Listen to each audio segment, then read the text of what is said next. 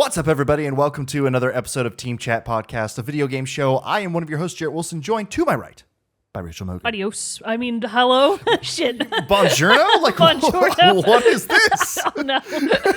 I had my hand up to do the wave, and that's that you do what at I the end, yeah. So the sign-off motion wave. to word association pipeline was too strong. Anyways, hello. I had a very similar experience. Quick aside.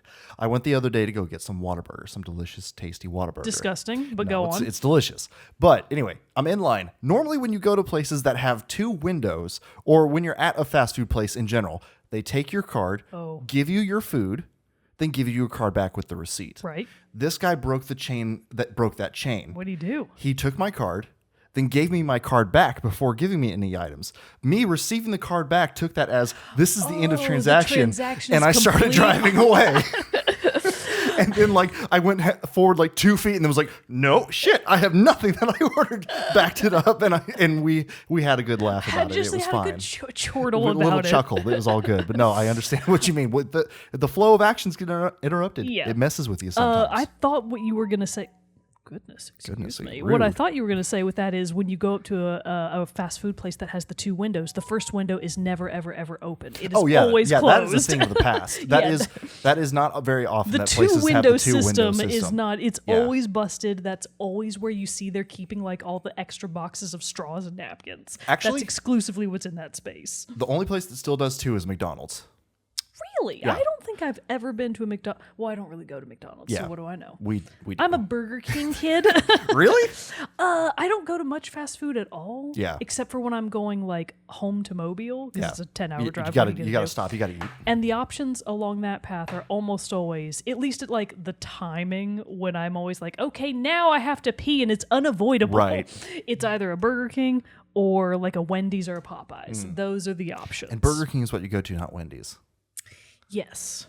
See, I can't get on board with Burger King. I've had it a few times What's wrong with in my life. Burger King is delicious. And Burger King, Given the option, I would still pick Burger King over McDonald's. If those were the only two choices, I would still go with Burger King. Burger King tastes like nothing. What? You're crazy. I love Burger King fries. They're my favorite. All right, we got to do a rank of all the fast food stuff here. I still think we should do blind special episode. I still think that we should do blind French fry taste test. Oh, absolutely. And see if we can tell the difference. I love a good that fast would be food so French fry. fun. If that's a bonus-ode you would be interested in seeing, give us a reason to go out and get a bunch of fast food fries. I need no reasons to go get fast food fries. Wendy's does have a bitchin' fry. Said no one ever. They do have a good French fry. No one has said the Wendy's fries are good. Oh, whatever. They are so good. False. I don't think that's true at all. Anyways, we've got some regional ones here that would be really easy to spot, I feel like. Yeah. But potentially confusing because I feel like P. Terry's and... P. Terry's are on a league of their own, though. P. Terry's and In-N-Out, they have the same fry. Oh, really? Does they have have exactly the the same I'm not on board fry. with In-N-Out, Wait. really.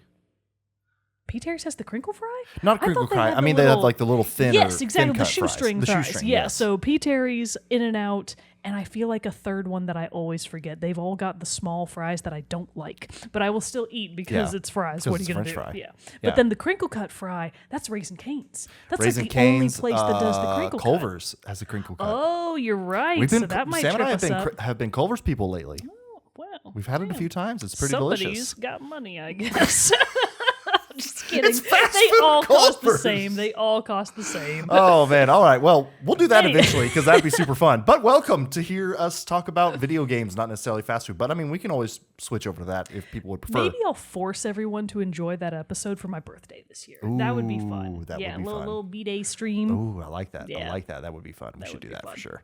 All right. Well, we'll shut up about fast food for now anyway and jump over to talking about video games. Where you can hear us do that every week on Thursdays when new episodes release on podcast services around the World Wide Web. You can also catch a video version of each episode over on our YouTube channel. Links for all that are in the description below. You can also find us on social media at Facebook, Threads, Instagram, and we have a Discord channel for you, Discord server for you to join, where we have a lot of great fun and conversation and meme sharing and all that good stuff over there as well. Links, again, are in the description below. If you want to help make the show bigger and better, you can head over to patreon.com/teamchatpodcast, just like Ark, Super Saiyan Ace, Erica L, Elise F, Zach S, Susan M, James K, Michael B, Andrew M, Michael S, and Brandon W have done. They've gone over there, and for as little as $1 a month, they've supported the show. And in return, we give you them cool perks, and you potentially, like getting the episodes early before their general Thursday release, and access to a private channel on our Discord server, the Rogues Gallery. What you doing? What you clicking? I'm just looking at the calendar. Looking at the calendar. Yep. Okay, I got you.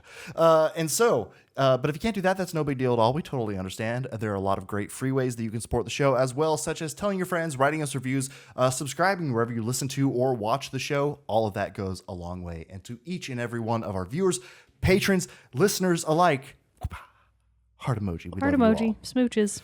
XOXO. But before we get into the main topic of the day, we do have to do our moment with Mogan, which is taking a special. We're not doing that this time. Oh, we're not? We're not doing that. Well, fuck me, I guess. We're doing the Game Award nominees. Right, okay. We're doing something a little different. Then. We'll save you from the releases, and then we're just going to do the Game Award nominees because they have been revealed as of last night or yesterday, I believe. Yeah, so this is hot off the presses for us. Yeah. So and actually, Jerrett and I haven't seen them. November 13th is when the nominees were released, because I want to say that the Game Awards themselves are December 6th, January 6th. They've decided to mix it up. Let's see, actually, because no thanks. I don't want your built-in things. When is the actual date for the Game Awards? I don't know. Isn't it know always it's early. on a Thursday or something? Yeah, and it's always like, of course, now their website wants to be super slow. Of course. Come on now. What? December 7th. There we go. We'll be having those Game Awards. And so the nominees are out, and we're going to react / share what we've got going on. Is the 7th a Thursday? It is a Thursday. Oh, you called that perfectly. Maybe we could just do a stream night. Stream it live? Yeah. I think we could probably do that. If we feel like it. We'll see. Think about it. Well, because, it's always been fun to watch them and stuff like Yeah. that. And we always have a good chatter going on in the Discord anyway. So, hey, we'll probably make that a thing. Last Game Awards was the infamous Christopher Judge, like incident. 7-minute speech. And to be fair, we did have a very fun and lively text along in the Discord where everyone was like, "Is it still going on?" It was still going on. We don't understand wwhat's happening. God but bless how Christopher much Judge. more Like, fun he's so would that awesome. Have been live, like if you and I had actually been sitting around being like, been "What is he doing?" All right, so we're just going to jump through some of the main categories real quick and share what those nominees are. Really, just the ones that we care about. So, should we not start with Game of the Year? Right? Yeah, we'll say we don't want to that. start with good let's stuff. go ahead. Well, all these are going to be here. You know what? Let's start with the music. Yeah, best score in music. The Something we always nominees care. are Alan Wake 2, Ooh. composer Peter Alanko; Baldur's Gate 3, composer Borislav Slavov; Final Fantasy 16, composer Masayoshi Soken; Nice. and then Hi-Fi Rush. Hi-Fi Man, I forgot about that game. Wow, honestly. coming in clutch with the indie spotlight. Yeah, that's pretty good.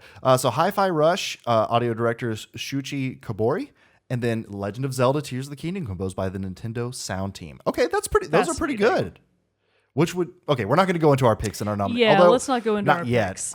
So the one that It's hard to know though. I'm honestly not super familiar with most of the music except for Baldur's Gate 3. the one Baldur's Gate 3, Tears of the Kingdom, and a little bit of Final Fantasy 16 because the DLC pack for Final Fantasy Theater Rhythm Final Bar Line came out, and it has a selection of the 16 tracks. And what I've heard from that, they sound really cool. But I really want to listen to the Alan Wake 2 soundtrack. I bet it's good. To get familiar with that, because I have basically no exposure to Alan Wake 2, but I really want to play it. Yeah. So I feel like I should check out that soundtrack. Yeah, we should listen to all these. But Borislav Slavov, what I've heard in Baldur's Gate 3 so far has been fantastic. His soundtracks for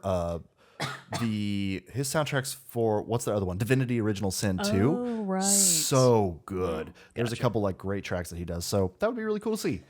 We're also just kind of assuming that this is gonna Baldur's Gate 3 is probably gonna sweep. I feel like, Yeah, but probably. all right, let's go for best action game. Sure. Oh, okay. I was just clicking around. We have Armored Core 6, Fires of Rubicon, Dead Island 2, Ghost Runner 2, Hi-Fi Rush, and Remnant 2. Ooh. Okay. Some Okay. good picks there. Interesting. Hi-Fi Rush with the 2 categories I in a know, row. that's cool to Let's see. go through the rest of the genres first. Okay. So action Best adventure. adventure. We have Alan Wake 2, Marvel Spider-Man 2, Resident Evil 4, Star Wars Jedi Survivor, hell yeah, and The Legend of Zelda: Tears of the Kingdom. Interesting. Then we have Best RPG. Here we go. RPG. Octopath Traveler 2. It hasn't loaded yet, but I hope so. I bet it's it. Oh, no, it's not. Oh, but Sea of Stars. We have Baldur's with Gate the 3. surprise come out of nowhere. Baldur's Gate 3, Final Fantasy 16, Lies of P, Sea of Stars, and Starfield. Ooh, okay. This feels like a really competitive category to me. does. Because although you and I give zero fucks about Starfield, surely other people cared. So I mean, honestly, I have heard more about, obviously, Baldur's Gate and Lies of P more than Starfield. I will say that I've heard much more from just general news and community about Baldur's Gate 3. Yeah. I feel like it's kind of a shoe-in for this category. I mean, it's RPGs, right? Right. It's gotta that's I its think main. it has to win Yeah. that. If it doesn't, what's happening here? Best fighting game doesn't exist this year because Tekken 8 isn't out yet. Right, it's so coming next year. I mean, yep. it's probably going to be what, Mortal Kombat 1? No, God of Rock. I've never heard of that. That's the one where you're like, it's pseudo a rhythm game, I think. Oh, okay. And it's like metal fighting and rock fighting and stuff. It actually pretty looked cool. really interesting. Nice. I never played it, but it seems fascinating. Oh, duh, Street Fighter 6 Street came Fighter out this 6, year. which that's a pretty looking game, I gotta say. Mortal it's Kombat probably 1. going to be Street Fighter 6. You think so? I don't. I don't feel know. like Street Fighter's going to for sure crush Mortal Kombat 1. Are you kidding me? I don't kidding know. me? I with honestly this don't know horse enough horse about. I apples? haven't heard enough about them and everything. I'm just more of a fan of Mortal Kombat, so that's Okay. why I'm leaning them more that And then way. the other two were Nickelodeon All-Star Brawl 2 and Pocket Bravery. Then let's see. We got best family game. Let's check This is this out. definitely going to be all Nintendo games. It Yeah, always Mario is. Wonder has got to be in it. There it is. Yep, Mario Wonder. Disney Illusion Island, Party Animals. That looks very fun. I want to play Party Animals You've really mentioned bad. Party Animals. It does look pretty fun and silly. Pikmin 4, Sonic Superstars, and Super Mario Bros. Wonder. It's going to be Super Mario Bros. Wonder. It's hilarious to me to describe Pikmin 4 as a family game. Best Sim Strategy, Stronghold Definitive Edition. Let's go. This is where Pikmin 4 should go. Advance it Wars is, 1, okay. 2 Reboot Camp. Hell yes. I actually just finished the first Advance Nice. Wars game. It was so much fun. City Skylines 2, Company of Heroes 3, Fire Emblem Engage, and Pikmin 4. Pikmin 4, let's go. Best Sports Racing. Oh, we don't care. Yeah, we don't care about that. Skip. Best Multiplayer. That's going to be Call of Duty. Thank God Call of Duty's not on this list. Remember back in the day when Overwatch would have been good enough to be on this list? But Overwatch was Game of the Year 2016. I know. You know? Tragic. I actually saw today tragic. that Roadhog's getting reworked, so my interest is piqued. Because he has been bad Yeah. for a while. So we got in Best Multiplayer, we have Baldur's Gate 3, Diablo 4, Party Animals again, Street Fighter 6, and Super Mario Bros. Wonder. I feel like just all of these are going to be Baldur's Gate 3. Probably. I foresee a so. sweep. Best Adaptation. Oh, this is actually very fitting for today's It topic. is. It is. Because a little sneak peek into what we're doing. Today's topic, we are taking the user submitted topic for this week. I believe it was Arc. Yeah, I think Arc submitted Arc, this. which was to list our favorite game that should be a movie and movie that should be a game. So hers was originally top just pick, one or or the some other, picks. but we decided to do both because we didn't think we had enough for just one. So this actually works really well. it does. We have Castlevania Nocturne, fantastic show. I Nice. just finished that. Gran Turismo, the movie of the game. The Last of Us. Oh my god! That one's that's gonna gonna win, win. It's so obviously. good. Yeah, literally, duh. The Super Mario Bros. Movie and Twisted Metal, the show Time and Everyone Forgot. I feel like Twisted Metal should. I think they just needed a fifth. Honestly, Yeah. I feel like that's all they had. All right, let's go on to the go big back. heavy hitters. Best debut indie game. Let's do this. Sea of Stars. I don't know if it's a debut though. We have Cocoon, Dredge, Pizza Tower, Vinba, and Viewfinder. I have not heard of any of those. Sad to also say. haven't. Apologies Our to bad. the devs. Oops. Best independent We game. do care about this one. We have Cocoon, Dave the Diver, Dredge, Sea of Stars, and Viewfinder. Wait, I do know Dredge. Dredge is supposedly a really cool, like, horror fishing game. Oh. And it, like, super flew under the radar, but I heard somebody else talking about it months ago. And I was like, oh, that actually sounds really interesting. Hell yeah. So if you're into both fishing and horror, This is maybe the do game for consider you. looking at Dredge, because I think I put it on my Steam wish list along with Sea of Stars. Those are the two indies that I really wanted to play this year. Cocoon, I had never heard of. Yeah. But now seeing it nominated twice. And its art style looks very fun. Oh, and it's Annapurna Interactive. Oh, well, there That's we the go. publisher. Points Okay. right there. Okay. All right. So then we're going to go on to Games for Impact. Yeah, there's always some interesting stuff in here. Usually indie stuff too. For a thought-provoking game with a pro-social meaning or message, we have A Space for the Unbound, Chance of Sinar, Goodbye Volcano High, Chia? I think it's Chia. Chia. I don't know. It might not be. Terra Nil, and Vinba. Then we have innovation and accessibility. We should definitely look at this one. Diablo 4. Interesting. Was not expecting to see that one. Interesting choice. Forza Motorsport, Hi-Fi Rush, Marvel Spider-Man 2, Mortal Kombat 1, and Street Fighter 6. I wonder what the accessibility specifically in Mortal Kombat 1 is. I would sure like it's to gotta be learn more about that. Yeah, we really should look into that. Yeah. Best performance. This one's always, it's all going to be Baldur's Gate. It's everyone from Baldur's Gate. We have Ben Starr from Final Fantasy 16. Cameron Monaghan from Star Wars Jedi Survivor. That's That'd be very nice. cool. Yeah. Idris Elba, Cyberpunk 2077, Phantom Liberty. Melanie Liberd, Alan Wake 2. Neil Newborn, Baldur's Gate 3. Gotcha. There we go. And Yuri Lowenthal, Marvel's Spider-Man 2. Neil did Asterion? Yes, I believe you're. Of course, I they believe you're picked right. the slutty vampire character. That would be cool to see Cameron Monaghan get that. Yeah, nice. Okay, we got to do best score in music. Best score in music, of course. Wait, I think we already clicked on this one. We did this one first. Oh, we did it first. Yeah, you fool. I was just so excited I want to do it twice. All right, best art direction. Art direction. Sorry for the awkward pauses. We have Alan Wake 2, Hi-Fi Rush, Lies of P, Super Mario Brothers Wonder, and Legend of Zelda Tears of the Kingdom. I'm kind of surprised that this is the second time we're seeing Tears of the Kingdom. I honestly thought it would be in more categories. Yeah, it's a little surprising. Was it? That aside, I am delighted to see Hi-Fi Rush making so many categories, so many nominations. That is making me want to go and play Best that. narrative, sir. Actually, I'm going to go ahead and skip to Game of the Year because I feel like these probably overlap. Oh, okay. So let's see what Game of the Year. Right. I mean, I'm expecting to see Baldur's Gate. I hope I see Jedi Survivor on this list because that game was so much fun. I spent so many hours in it. All yet? Octopath Traveler 2. Octopath Traveler 2. I'm sorry. I'm This sorry is to say it. Crying shame. I'm sorry. Goodness. Disappointments happen sometimes. Anyways, where's Final Fantasy Theater or the final bar line? Watch it be Game of the Year. Here we go. Game of the Year. In my dreams. The nominees are Octopath Traveler 2. Alan Wake 2, Baldur's Gate 3, Spider-Man 2, Resident Evil 4, Super Mario Bros. Wonder, and Legend of Zelda Tears of the Kingdom. Okay, so Legend of Zelda did get a Game of the Year nod. To be perfectly honest, I feel like what little I've played of Super Mario Bros. Wonder has already informed me that I do not think that is Game of the Year quality. I don't think it is either. I mean, Yeah. it's very fun. Very wonderful and whimsical game. But it ain't no as Game of the talked Year. about by Samantha White Wilson, yes, on last week's episode. But then I do have to give it to Baldur's Gate 3. I think it's going to be. It's gotta be. I'm hurt to not see Star Wars on here, Jedi Survivor. Yeah, that's a little But surprising. that's all right. Did I read it all? Yes, I did. Yeah. Alan Wake 2, Baldur's Gate 3. I think it's going to be Baldur's Gate 3. I think that just that game took the community and gaming world by storm so much. You know, it brought up all the discussions of like, oh, is this going to set the standard for what everybody's going to expect Battle games to passes, be? DLC, games being broken AF on release Right. from This one was major not. AAA gaming studios. You know, and all that stuff. Yeah, and then just like the fantastic story and depth of the game that it provides. So I just really think it's going to be Baldur's Gate 3. Had you asked me before it came out, I would have said it was probably going to be Legend of Zelda, just based on reception and stuff like that. All right, so really quick, we'll hit best game direction and narrative, and then we'll be back onto our topic of the day. We have Alan Wake 2, Baldur's Gate 3, Marvel Spider-Man 2. Total overlap. Complete overlap. For narrative, it's going to be Alan Wake 2 as both nominee, and I think it's good. Oh, well. I don't know. This is kind of stacked for best narrative.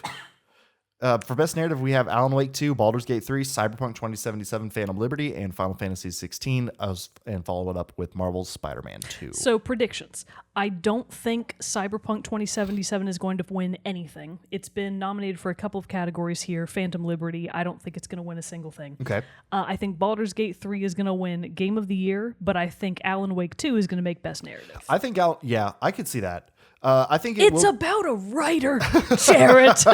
I mean, I know Baldur's Gate 3 already cleaned up heavily at the Golden Joystick Awards and stuff like that. So it's probably going to be the darling of the year. Probably Baldur's Gate 3, but I'm rooting for Alan Wake for this I'm kind of with you on that too. That would be awesome because that game also has been getting some incredible reception and everything too. So anyway, Game Awards will be on December 7th. We'll be following along either on Discord, possibly stream. Not Maybe, promise we're not to sure. It yet. But anyway, if we do, we'll be sure to let you all know and share. We'll share this over in the news section in our Discord and everything too, so we can get a little bit of pre-Game Awards conversation going.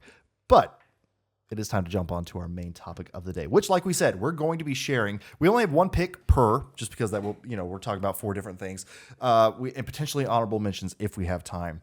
But we're going to be talking about a video game that we think would make an excellent movie that, the obvious caveat of having to be, it cannot already be one in production and then or planned. And then we're going to do the reverse of movies that would make a good game. Yes. Which we were talking about before in making our selections. That was actually the harder way to go. It was so hard. Movie to game. I had one really good one of movie/TV show to game, which I feel very strongly about. Okay, I'm excited. But then everything else. So for starters, my main struggle with that is that anytime someone asks me, "Oh, what have you been watching lately?" And it could be shows, it could be movies. I watch stuff all the time, but my brain just goes black. Nothing. And I'm like, fuck if I know. I don't know what I watched recently. You saw I had bought that guitar yesterday. Yes. And same thing. We were in the store talking to the salesman. He was like, ask me stuff. And he's like, so what do you want to play on it? Completely blank. Fuck if I know. Fuck if I know. I just want to play a song. If I can get to Mary Had a Little Lamb, I'll be doing great. So I was just like, I hate when that happens though, because people are like, tell me your stuff. I'm like, no, I have nothing to share with you. So the hardest part was just me trying to think about, okay, well, what if I actually watched in totality? Yeah. Because I felt like I would need to be able to make a really strong case for something, and not many things fit that bill. B, the movies that I thought of were all so similar because I'm only drawn to very specific types of movies. Most of them kind of fit into the gothic horror genre, and I was like, well, that's pretty predictable. That would work. It would work, but I couldn't. I was just like, I just don't think I have a good case for any of these. I see. So on the movies, and all the other movies are like rom-coms and shit, and it's like, well, I mean, Dream Daddies Part 2. It wouldn't even really make a good dating sim though, because think about your average rom-com. It's not about the side characters almost ever, except for what's the one that has 1,000. You love it. Oh, Love Actually. There we go. The one that has 1,000 couples. Such a good movie. It's that time of year. That would make a great dating sim. But oh my God. think about it. Would it really? Because based on the movie, the couples are predestined. Yeah, they're predestined. Exactly. There's not so the option. Even then, you can't really. I thought this stuff through, and I was like, I don't think I have a good argument for any of this. So I was struggle busing with the reverse question. Yeah. I had one idea for the game, but that for the movie to game, that came to me somewhat quickly, but I was kind of like, it lines up a little close, slashes somewhat of the reasoning for the game that I want to be a movie. So I was wondering if that was going to be too similar. So I kind of have a little, and I was able to think of another backup. But yeah, well, I was definitely start us off then? All right, I'll kick us off then. Right, start us off with your game, my game to movie pipeline. That should be a movie or TV show. Or TV show. Just to clarify. Ooh. And you got to tell me. So for the two games that I thought of, I have good justifications for both mediums. We did too? Yeah. Well, I have a backup. Okay. I can pull one out. Okay. Just pull. So here's the thing. I feel like you and I can do both of mine together very easily because I was actually predicting that we would both come with the same two games. I thought that we would. Yeah. I feel like you're. All right. Do you have anything to write or type with? Let's see if we can clutch it out because I've got my notes on my thing. So we're gonna you write down two games that you think I'm gonna talk about. Okay. And then I will write them down also, and we'll see if we're. Yeah, I'm not gonna look. Not looking. I love it when we do fun, stupid shit like this. Okay. Here we go. Okay. So I'm gonna. Okay. I'll just look at the ceiling. How's everybody enjoying this rare chin footage? Okay, so I got to think of the other one. I definitely know the first one. Do you, though? We'll see about that. Or one of them, at least. So I'm guessing the other game you would like to see into a movie or TV show, correct? So, yes. Yes, okay. Wait, no. So both of them are the games that I think would make either good movie or good TV show. Okay, okay. So that's what I'm guessing. Yeah. Okay. And they're both easy. Okay, wait. No, you don't know hints. No hints. One of them came to me very quickly, and I was like, "Yes, this is what it would be." I feel like if you really dig, Jerrett, you can get to it. It's so easy. Shit. And I feel okay, give me to think about it. Well, we're not to you yet. Okay. On yours, so give me a second to think about it. I have one answer written down. All right, so just tear me off a little corner piece of paper so we can show the camera that we're not cheating. Okay. And then hand me a pen. Okay, there's your pen. Thank you. Your paper. And then pen. All right. So while you're talking, I'm going to talk about my game, which I forgot it could be a TV show too, which could work for this. But I'm not looking. Don't worry. My pick for this, just my microphone. My pick is Hotline Miami. Huh. Yeah. That's not at all what I thought you were going to What would say. you think I was going to do? Wait, so tell me again what the category is. Okay, this is game to movie or TV show. Really? I'm saying Hotline Miami. To movie or TV show? Yes. No, which one? It could work for either. Oh, I don't okay. necessarily feel like it needs to be. Let's hear it, pal. I don't feel like necessarily the distinction needs to go to either one because Oh, I think really? because the TV show could like flesh it out a little bit more. I didn't think so necessarily. All right, it's just a different form of media. But I think Hotline Miami would make a really fun case because one, it's weird as hell. It's That's true. trippy. Yes. So it's based on, it has a lot, it's set in 1989 Miami. Right. That soundtrack slaps. And it is like, especially with the current trends in film and TV, obviously any 80s bait is Yes. prime for the pick. Exactly. Especially 80s action bait like this is. Yeah, good You're point. going up against the Russian mafia in this. This is kind of what it is. But for those who aren't really familiar with Hotline Miami, the game takes place and you are this character whose just name is Jacket. And I don't even actually know if they say the character's name in the game. It's just kind of like referred to because you wear a Letterman's jacket throughout the thing.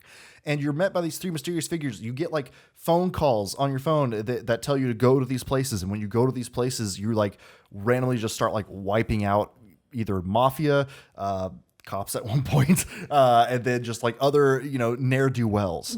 And so it really, though, in the game is set up, it's the top down. You're looking at like at the top of everyone's heads. One hit kills for you and enemies, and you basically just have to work out some crazy choreograph of moving throughout each of the levels and wiping out and eliminating all the enemies without yourself getting taken down in one run. And it's almost like a puzzle, but it's so fast-paced So and frantic. fast-paced. You can't really stop and wait and like get your bearings. You just kind of have to like run in and be like, okay, if I do this works for this first part. Then if this next part works for this, and it's just really building this up.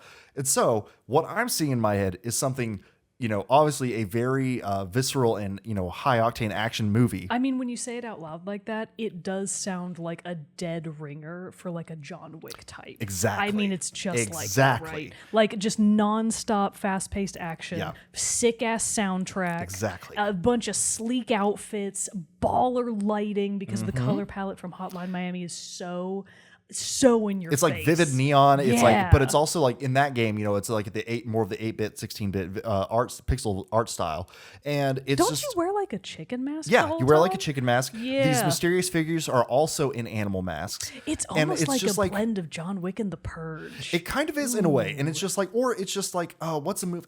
It's another example that it would be similar to. I don't know, just a psychological Matrix. thriller. Oh, okay, never just mind. anything that just like makes you think what's actually happening is not really what's happening. Oh, right. And because there's a whole lot of that throughout the game. Oh, and the Split? Did people see that movie? Split. I think I don't remember who did. No, not Split. No, is it Split? The M. Night Shyamalan one? Yeah. Yeah. Yeah. What am I thinking of? I don't know. I'm thinking of something else. But no, the one with what's his face? It's like the sequel to Unbreakable. Sequel to Unbreakable. Yeah. And then it was followed up with the next one, with the last one, Glass. Oh. Sequel. But what is his name? British actor or Scottish actor? David Tennant. No. That's the only one I could think of. He's Xavier. Sean Connery. No, he's Professor Xavier in the early, like young Professor Xavier. Young Professor. Oh, Michael Fassbender. No, he's Fuck, Magneto. really? He's Magneto. Oh no. James. It's not James Marsden. That's My friends would be so pissed at me to Oh, not. I'm pissed at myself. They love that little twink. He's in and I'm the like, Wanted he's movie not too. in- What is his name? But apparently Glass is the sequel to Unbreakable.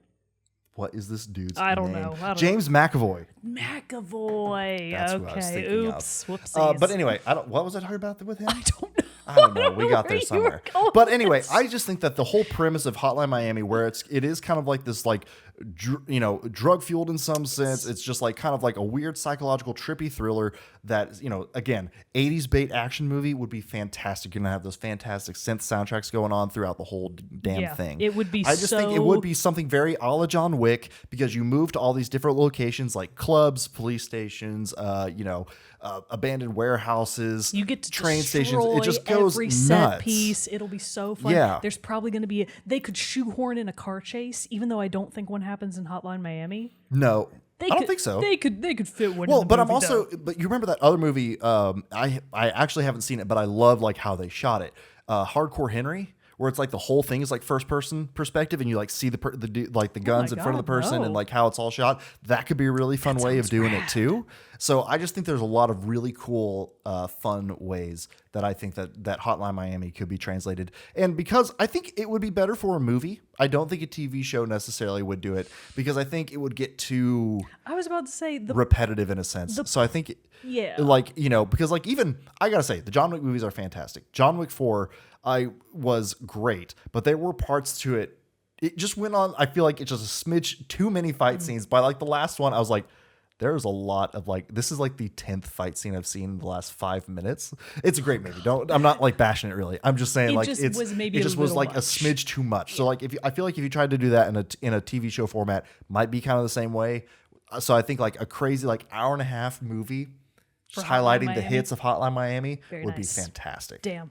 Good choice. So, yeah, I got to go with Hotline Miami. Good. I never would have guessed that you were going to say Hotline Miami. Well, because it felt like all my other picks, like The Last of Us is my favorite game of all time. I thought you were going to pick the same two things that I have on my list. I still did not think of the second one. Unfortunately, I'm not going to be able to think of that one. Oh, you totally can. Come on, try harder. I'm still trying to talk through mine. Okay, go for it. But I felt like all my like main picks, like I looked through my top 10 games list that we'd made before. I looked through other games that I've been playing, and I was kind of like there's already been an Assassin's Creed movie. There's already been a Last of Us TV show. There's obviously Star Wars stuff. Did have Michael Fassbender. It did have Michael Fassbender. Brought it back around, everybody. And so, you know, it just kind of felt like my main picks for like my favorite games are like, well, duh. There's even been Doom movies before. Yeah. You know, so like I was trying to find one that was a little bit more of a niche pick, and I felt like Hotline Miami fit that bill. That's a good choice. Part of me thought that you might do one of the Jedi games. But it's Star Wars. Yeah, so I had that same thought. I was like, oh, I wonder if he's going to talk about that. Felt like it was too. It felt like it was too close. Low-hanging fruit, right? Yeah, it's like, well, they're probably already going to do that at some point. Well, and Disney. Because the Jedi Survivor and Fallen Order games, I would say, are like their stories are like movie-esque in their own way. Yeah. So like it kind of feels like that was not necessary. Oh, another good pick would have been the Order 1886, though. That's my backup. Bitch, I thought you were. It's actually not. It's not on my list. I'll say that now. But when we were talking just now, and I said, "Oh wait, never mind. I'm not going to say that." Yeah, it was going to be the Order 1886. I got to say that is probably my backup one. I can't believe you didn't come out with the Order because 1886. Again, like it's too obvious. It's too obvious a little bit in a way, and two, it's like we already have Underworld, you know, and Underworld's awesome. Oh yeah, with Kate Beckinsale. Yes, there we go. And Michael Sheen. Make way for Foot Cycle. It's gangway for Foot Cycle. It is gangway. I miscounted the men. Okay. Right. So I'm still not sure about it, but I'm going to make my first guess. And if this is correct, and you can talk about this, then that gives me more time to think of my second guess. Okay, gotcha. Okay. So I think that one of your picks for a game that can make a movie or TV show, and it's got to be a TV show, Life is Strange. No.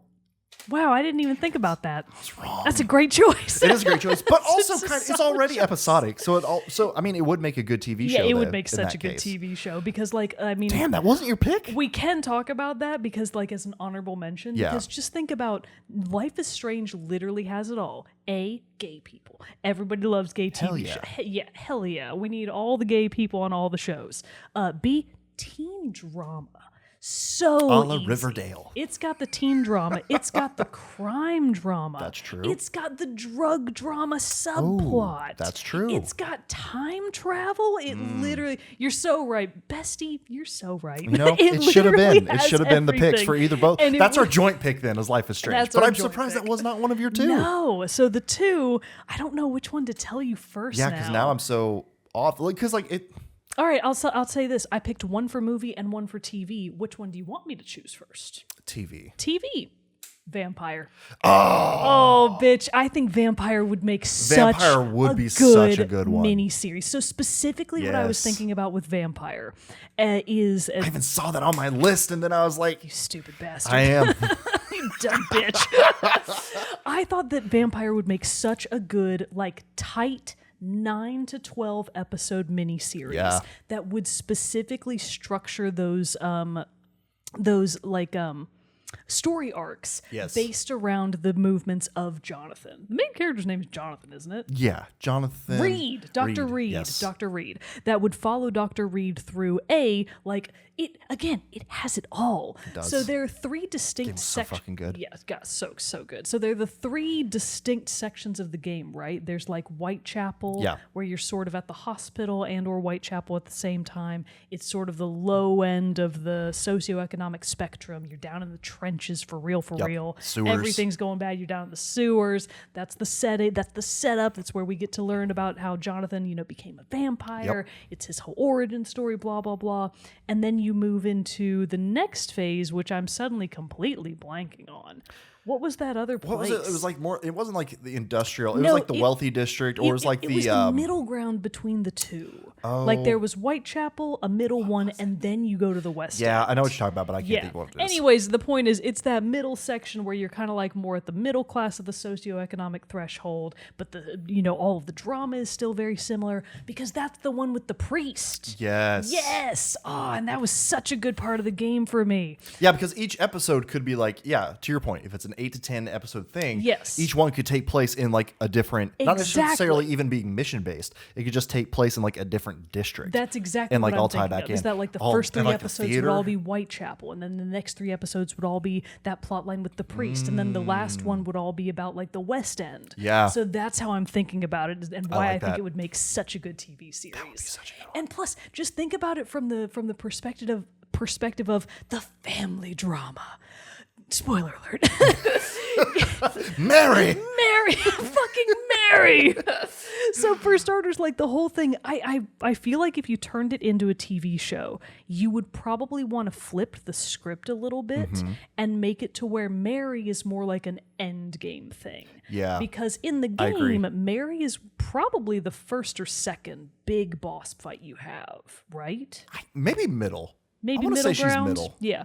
But I feel like Hard as hell. she's Jonathan's true origin is he gets injured or something and he gets turned into a vampire by an unknown entity. But then when he comes to as a vampire at the very beginning of the game, he's got the bloodlust. He has to feed. Who does he feed on by accident in his, not totally coherent bloodlust rage? His own sister. Sad times. Mary, sad times. And then, of course, he has to confront her later because, unbeknownst to him, he accidentally makes her a vampire too. Right. Familial drama off And the she's gonna hold a charts. grudge. She's going to hold a grudge. She's going to be pissed. So I just feel like Vampire is the easiest Yeah, of picking that would grounds be a for good making one. a sick-ass period piece crime dramedy. I think it would just be so incredible. Now, big question, because I agree with you 100%. Who plays Dr. Jonathan Reed? Obviously, Michael Sheen. The love of my life. I'm so right. No, I don't think that's my pick for that. It would have to be, I don't know, who do I think would play Dr. Reed? Who like in the Because he's like tall and he's kind of like very finely got that chiseled jawline. Hold up. I got to find out who the actor is because I think I actually can think of a good, at least physically speaking, a good match for him. I'm trying to think. You know who actually would? Not an actor per se, but just like on look alone, and I could see him doing a cosplay of this character and it being really great. Is that one? He's from Germany. He's a cosplayer. Mall cosplay is he does like a really great like Geralt of Rivia. He does Arthur Morgan for Red Dead Redemption 2. He does a lot of cyberpunk stuff. Tell me that this dude isn't literally Jonathan Reed. Morgan Spector. Morgan Spector. He plays George Russell in The Gilded Age. Oh, yes, okay. and it's the only thing I've ever seen him in. But like his face to me looks so similar to Jonathan Reed. Dominic West would also be a good pick. West, hang on, let me look that up. The only Dominic I know of as far as like actors go is the one from the Lord of the Rings. Oh, Dominic Monaghan? Not the same. No. Dominic who? Dominic West. Dominic West. He might be too old though. Nonsense. Oh, this guy? No. Luke Evans. Oh, I was about to say, this guy does not seem very Dr. Reed to me. Luke Evans. All right, let's see about your fan casting here. Okay, I can see that. Yeah. Like if he had the full beard, I can definitely see that. Interesting That choices. would be a good choice. Okay, so that's really good. And while we're talking about this, it would be interesting to do what we should do if we ever do further installments of this topic. We should have people pick a genre for us. Ooh, yeah, make it really specific. Really specific. Okay, that would be fun. That would be pretty fun. Challenge mode. It'll be like hard mode. Okay, so far we have Hotline Miami and Vampire. Hotline Miami as a movie. As a movie. Vampire as a TV adaptation. Show. Honorable mention, Life is Strange TV show. Also TV show. Yeah. Okay, so then what would you say? You're going to start this category then. Okay, gotcha. I got a good one for this. Movie to game. So obviously, like I said, I struggled with this so much except for my first choice. Okay. I had one really good pick and then a total blank on everything else. And part of it is because of my lasting rage at Netflix for canceling the series. Okay. Canceled Netflix series. A canceled Netflix original. So not based on anything else. This is a totally new IP, came out of nowhere. How can I give you hints that I think would... I don't think... You know what? I don't think you're going to guess it. I think you've heard me talk about it, but I think you would never guess it. Oh, yes, I do. Oh, okay. Fuck. It's either Dark or 1880... Oh, you're so close. Come on, you're so close. No, it's not 1884, 1888. I don't know what's left. It's 1899. 1899. You were so close. That's the ship one, right? Yes, it's the ship one. Yes. So here's my reasoning for this. I think 1899 would make both a very weird and very excellent Resident Evil-esque horror game. Nice. And a big part of that is specifically based around my thinking that, a lot of the Resident Evils, the Silent Hills of the world, what do they do best beyond their normal like gameplay horror elements? It's all about the killer, sick-ass set piece. Yes. It's all about that castle in the distance, the small village full of weird people shouting mean Spanish things at you, and you're like, where am I? It's all about the set piece. At least to me it is. For most horror games in my case, I'm usually playing them not for the scares themselves, but for the pervasive atmosphere of like oppression and just that undercurrent of terror that's always there all the time, based on the environment, not necessarily the action. Sure. In 1899, it takes place on a haunted boat. So this is also a very common trope in video games, is the whole idea of the ghost ship. Right. It happens in every JRPG you've ever heard of. Octopath Traveler 2 has an optional ghost ship. Oh. And it's everywhere. The Legend of Zelda games, specifically Phantom Hourglass, had a ghost ship section. So did Wind Waker. Yeah, actually, Wind Waker had a ghost ship. I mean, every game I've ever played that I loved to pieces had The Legend of Dragoon, Jerrett! The Legend of Dragoon had a ghost ship.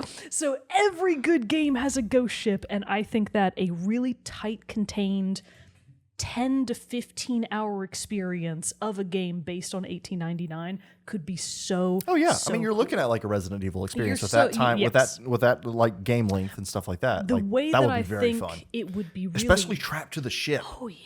Yes, that you're would be trapped cool. at the ship, you're out on, mysterious waters, and I think the way that the story would be most effectively told, because 1899 very much is an ensemble cast. Sure. It focuses on all of the characters on the ship, almost in equal measure, but with a little bit more attention on the ship's captain, whose name escapes me. It might be Klaus. Don't quote me on that. He's German. There we go. Klaus is probably a German name. He's Hans. Yeah, sure. Yeah, Hans Klausmann. That's his name. I'm sorry, Germans.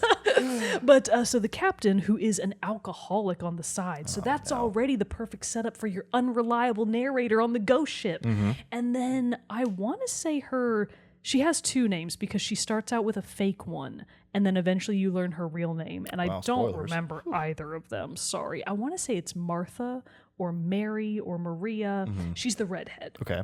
So the redheaded English woman with the mysterious past, and then you've got redheaded English woman running from something you don't know what, mysterious past question mark. Right. And then you've got your drunk captain of the ship who's like, bitch, what the fuck is going on my fucking boat?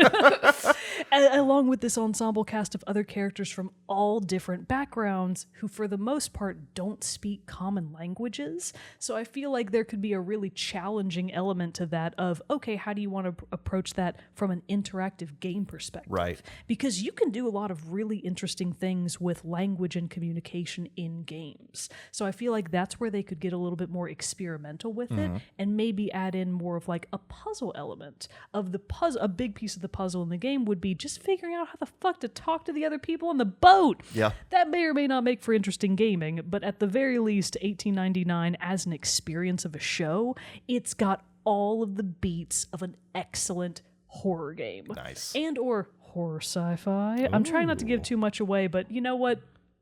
I do watch the show. I was about if to you have say, Netflix. you're kind of like getting me into it. So I like, mean, here's the thing. Don't go spoiling. I thought 1899 was one of the best shows I watched last year. Maybe 2 years ago. It was the tail end of last year. Okay. Because I think I watched it over the holidays. Okay. Maybe it was 2 years ago. Time is Anyways, nothing anymore. approximately 1 to 2 years ago. On the downside, Netflix did cancel it. So it's Bastards. dead in the water. Ooh. Just like that ghost boat. Just like the ghost Got boat. it. Got him. Anyway, so it's unfortunately not getting a true ending, which it does. I'll just say it ends on a cliffhanger. All of the questions are unanswered, basically. Yeah. So it's like, fuck me, I'm never getting answers to this. But it is still such a good watching experience. I would strongly recommend it. All right. I think 1899 is fantastic. You know what I actually haven't done yet that I should do? I should go find fan fiction, because surely. Some genius free-form writer out there was like, fuck me, the show got canceled. I gotta write the ending myself. I gotta find out what happens. So I feel like there's probably some really good fan content out there about, tying up all the loose ends. So maybe that can tide you over for probably what will never be a revival of the show. But goddamn, that show would make an excellent video game. Very nice. Very nice. Yeah. So I had a couple different, actually, because like I said, I thought of a couple different things for this one, what I would do. My original first choice, I don't think I'm going to go with, because like I said, I think it veers too similar to my pick for game to movie. Okay. And so that movie, since I'm not going to really talk about it. Too similar to Hotline Miami? Yeah, too similar. Because like we talked about it when we were talking about the game. It was John Wick. Oh, I was like, John Wick, gotcha. Specifically John Wick 3 Parabellum. That one, I remembered watching it and just kind of like the whole way how that one was formatted and how he it's got the things of like world travel. He goes to Morocco, Casablanca at one point. He's in New York. You have the Bowery King who's like down in the sewers and subways, the undercity basically of New York. So you'd have that as like an area. But even in like the final conflict of John Wick 3, where you'd have, you had all these different fight scenes taking place in all these other different locations. Is that the one? I think that one also has like a really cool like fight sequence in some kind of basically, I don't remember enough. I think this one is the one that has like he's on a horse being chased by motorcycles, if I want to say. But anyway, just even getting to the final part of it, the last like climatic part when he's back fighting and going after the big bad of John Wick 3, which is this Assassin Zero, or one of them. It just was this totally like he would start on like, he was on the ground floor. He beat everybody there. He moved to the second floor, and there were different enemies there with different weapons and abilities. He fought those. He moved to number 3. That is so and it was video game. I totally. And so I was like, while in the theater watching John Wick 3, I was like, this would be a fantastic game. It's structured just perfectly Good like choice. that. But I feel like that's too similar to Hotline. We even Miami. said Hotline Miami would make a good John Wick-esque movie. We sure did. So I'm not counting that as my pick. My pick instead, I'm taking a play from your book. It's also going to be a horror movie to game. Ooh. Is it one that I've seen? I honestly don't know. Oh, how recent? 2016? Oh, so recent. Foreign film, too. Ooh, a scary horror foreign film. So definitely not Nope, which was the very first movie that I thought of, which would honestly make a terrible video game. Yeah, that would not be a fun video game. So, a foreign You would basically just be like laying on your back looking at clouds and be like, that one's where the aliens hide. They are. Spoilers for Nope. Sorry.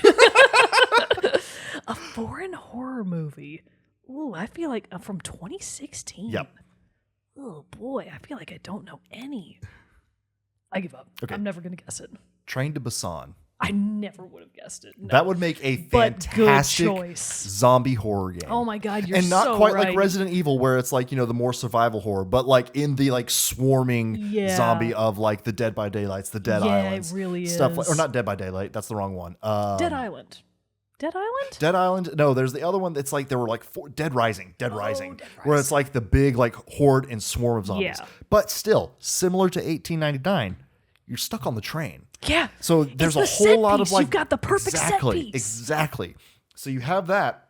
You have to not only, survive the initial infection when the whole train gets taken over. You have to survive that part. But then, just like in the movie, they go and stop at different stations because, those trains are all automated and, they're just going to the next place, to the next place, to the next place. Is from Korea. China? Oh, okay. I couldn't Korean remember movie. if it was Chinese or Korean. And so you've got... And their trains are on time. Exactly. People. That's what I You're mean. not missing so it's those like stops. you're getting to the stations, and each station can have some new objective, either a new group of survivors you have to try to find, some type of like conflict, very similar to how it's done in the movie. Excellent choice. I feel like it could just very easily translate pretty close from like screen to game and just be a very exciting and like, high stakes. Again, it would have kind of a survival mode in it in that like you're not going to have weapons. I mean, so you're going to have to figure out stuff to improvise. It's going to be like figuring out a lot of environmental kills, maybe different things like that, or just like finding stuff. A lot of it could be like you have to sneak into a train car that has all the luggage because you got to look through there to find anything that you could use. At some point, you definitely have to get onto the roof of the train. Of course There's you definitely going to be while that it's going part. at full speed. Oh yeah, and then a tunnel's going to be in the distance. You're going to have to like drop and duck. So like I don't know. I think that one could make a pretty exciting zombie horror movie. And I feel like in opposition to my pick for a horror show to horror game, basically 1899 as a game and as a show feels very slow paced. It feels like an Alan Wake 2 kind of thing, like or whereas, an Alan Wake. Like when I'm imagining a Train to Busan movie, video game, Jesus, when I'm imagining that it's a video game, it feels very fast paced, heavy on the action. Because they're not the slow zombies. No, in they're Train the to Busan. fast They're ones. the World War Z fast zombies. Yeah. So like I feel like that would be so. It would have a lot of stealth elements as well because you don't want to be detected. Of course. And then I think a lot of good survival horror staples of the genre of like having to like find very scarce weapons. I was about to say, why did you say scarce? I don't know. It's just a weird pronunciation that just happens from For time a second, to time. I thought you were just going to breeze past it, and I was like, I don't think I can handle that. Very scarce weapons and resources that you have at your disposal. And also it could even be like a la Pikmin, you have to see how many survivors you can keep alive the whole time. Oh yeah. I mean, people could challenge themselves with like the pacifist run. Like, how many people can I manage to save? Exactly. So I don't know. I feel like it could have, and it just would be a very just overall terrifying, fast-paced experience. So I don't know. I think Train to Busan could make a pretty fun really video good game. choice. I like that a lot. And I definitely never would have guessed it. Yeah. So 10 out of there 10 you go. pick. Good picks. Very nice. So do we have any, I feel like John Wick 3 was my honorable I want to talk about my other choice. Okay, what's your other because choice? I thought you and me were coming to the table with the same two games. I'm so upset with myself that I don't know this. My other one, and I feel like when I say it, you're going to be like, oh, literally. I mean, I already was that way with Vampire. It's a movie. I'll give you a hint. Okay. A la Alan Wake 2. Alan Wake 2. Come on, bro. You can do it. Have I seen it?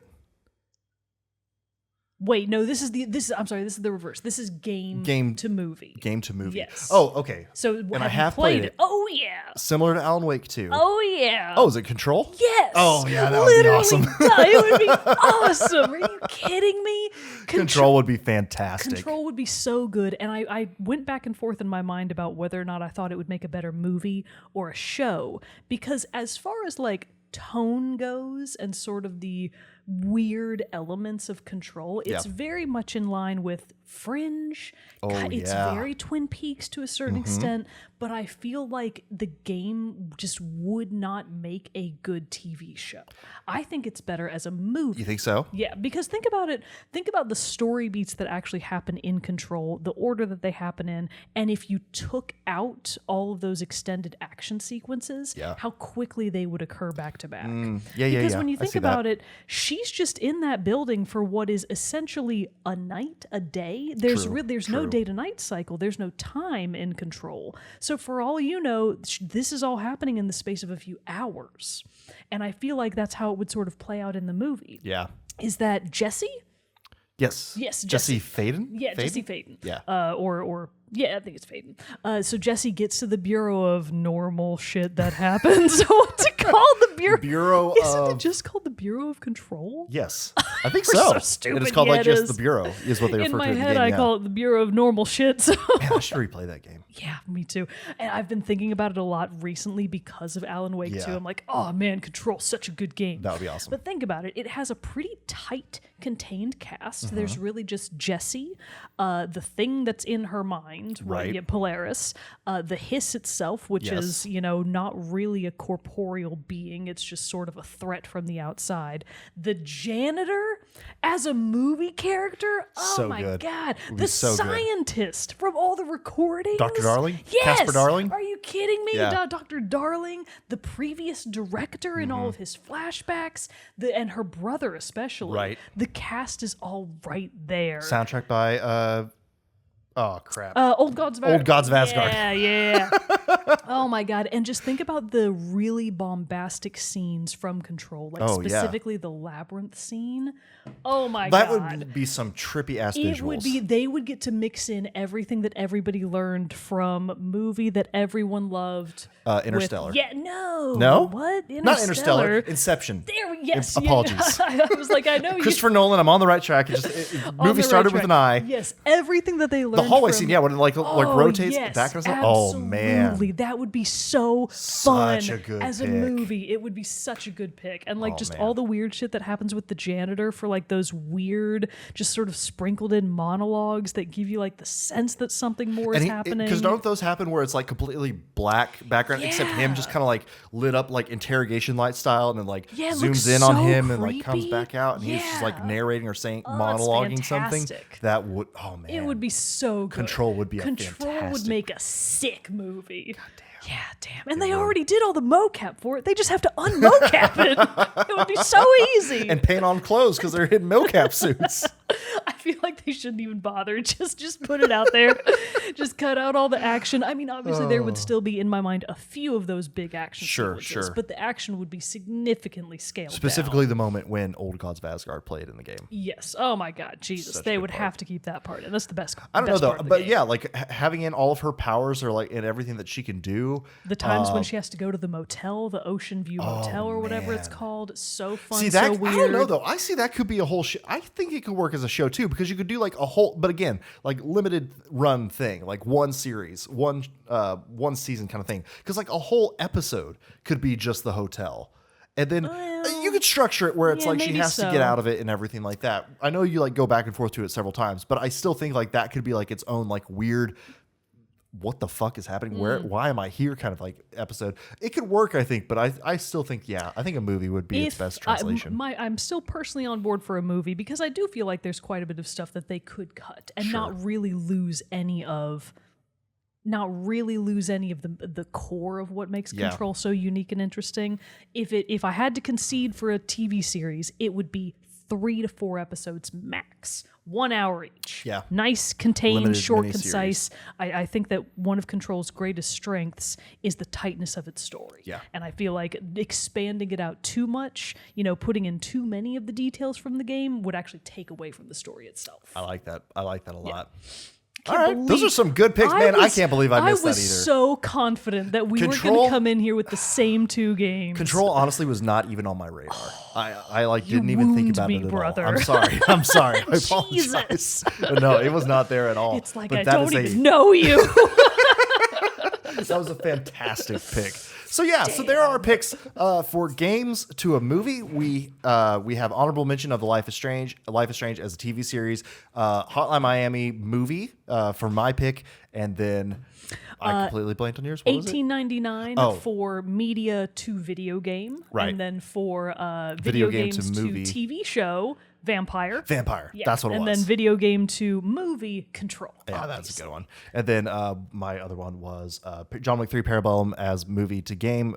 Honorable mention, but then my main one was Train to Busan as a horror video game. Man, Train to Busan, of all the things I thought we were going to talk about today, that was nowhere on my radar. Because again, I was just like, I wanted to kind of find something that wasn't necessarily like the obvious choice for Jerrett Wilson. Branching out. I know, you know what I mean? I'm trying to not be quite so basic for myself. But I think like your picks were fantastic, and I would not have picked those. But I mean, scrutinize 1899 Control and Vampire a little bit more. They are more or less all the same genre. So even I very much stayed within my comfort zone for this one. Hey, but it's because I like what I like. Oh, for sure, nothing wrong with that at all. But so yeah. Let us know your own picks for this topic as well. Games that would make great movies or TV shows that would make great games. And you have to specify. Yeah. You have to defend your case, TV show just or movie. like we did. We got on behind these mics because we wanted to and defended our points. And we're decreeing that you have to do the same. So send us your responses over on the Discord, comment below, or you can even send us an email at teamchatpodcast@gmail.com. With all those, we would love to hear from you. But before we go, we do have to do the final segment of the show, which is our beloved soundtrack spotlight. Now, unfortunately, no one guessed. Well, except technically me. You did. And I had to bleep her answers out of the episode from last week. But last week's hint and everything, as I said, was submitted by Brandon. And the hint for that one again. Oh well, the game was Final Fantasy VII Rebirth. We won't confuse by giving too many hints. But his selected one was Final Fantasy VII. Well, actually, I don't know if it's Rebirth or I'm gonna double check myself here. Final Fantasy VII Remake. Sorry, not Rebirth. And the song was the Happy Turtle Battle theme. Now, I never would have guessed the song, but based on the hint, I was able to guess the game, but Jerrett bleeped it out. So no not one to give too many extra hints in the episode. Plus, also like you didn't know what it was. So I didn't know what it was. I emphatically did not set it up and make it there. But since then, and she did correctly guess it. I technically guessed it. Mogan has the hint for us today. All right, so your hint is a man worth more than all the silver in the mines. A man worth more than all the silver in the mines. Interesting. That's not ringing a bell. Obviously, I'm excluded from this competition because I don't get to. You got to play me a segment though, because we got to hear it, so we can talk about it real quick. Oh no, stall, Jerrett. Stall. We'll just cut to. just cut to.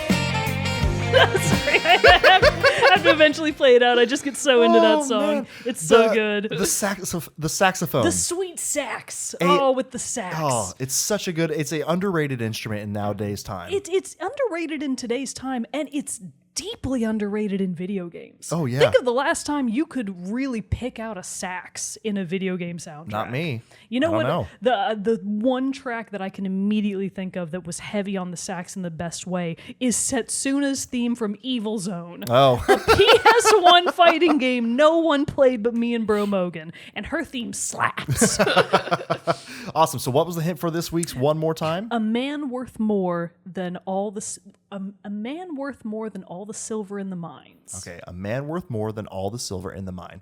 That is your hint for this week's soundtrack spotlight. The rules for this are: once the episode goes live, send us your guesses. If you know it and are the first person to correctly guess and submit your guess, you get to pick a soundtrack spotlight for a future episode. So good luck to you all. But with that, everybody, I think that draws this very fun episode. Was a fun this one. Was a very good one. We had a lot more opinions than I thought we would. Yeah, this was great. So thanks for tuning in with us and listening and hanging out with us this week. And we will see you all next time.